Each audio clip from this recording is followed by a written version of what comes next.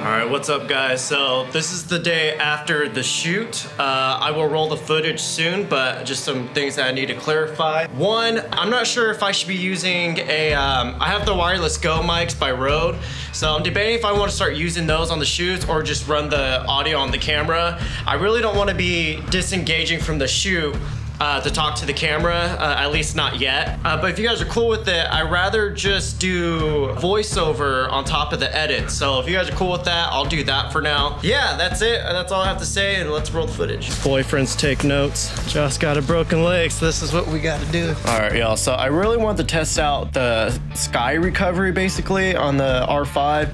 And as you guys can see, it's not that great. I'm not sure if it's because we're having to do DNG conversion still, so I'm really excited to get CR3 support so we can finally do that. Also, I'm editing these in Capture One. On the last shoot, Lightroom handled the DNG conversions better, but on this shoot, Capture One's doing better. You can see those blown out highlights again. I don't know what the deal is with that. I'm really dying to get CR3 support.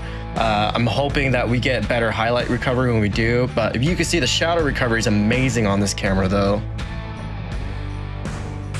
So one time when I was 16, I came up in here and I got yelled at, but we just met the owner and she said we'd come up here and hang out. Oh, this looks gorgeous up here. So even right here, you can see that the ZV-1 is holding the highlights pretty well. I'm using Film Convert and I'm not doing anything too crazy. It's an S-Log3. And then when you see the Canon files, those skies aren't being really held that much. I had to do a highlight roll off just to recover them.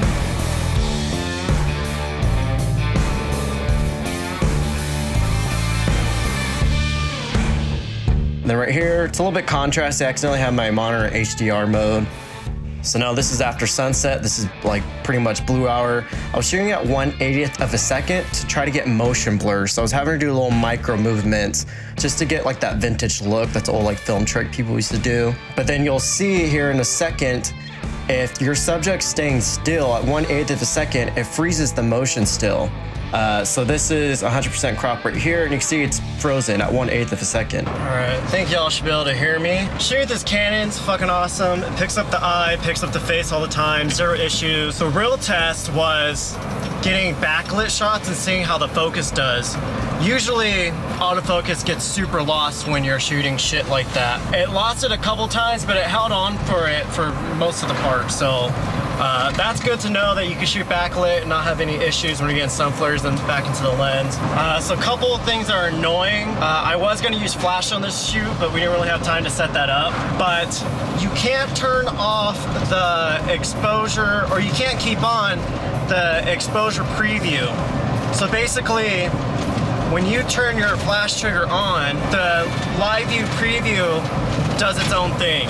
It changes and adapts according to what you're metering on, instead of showing you what the actual exposure is, which is very annoying. The Sony did the same thing, but there was a workaround.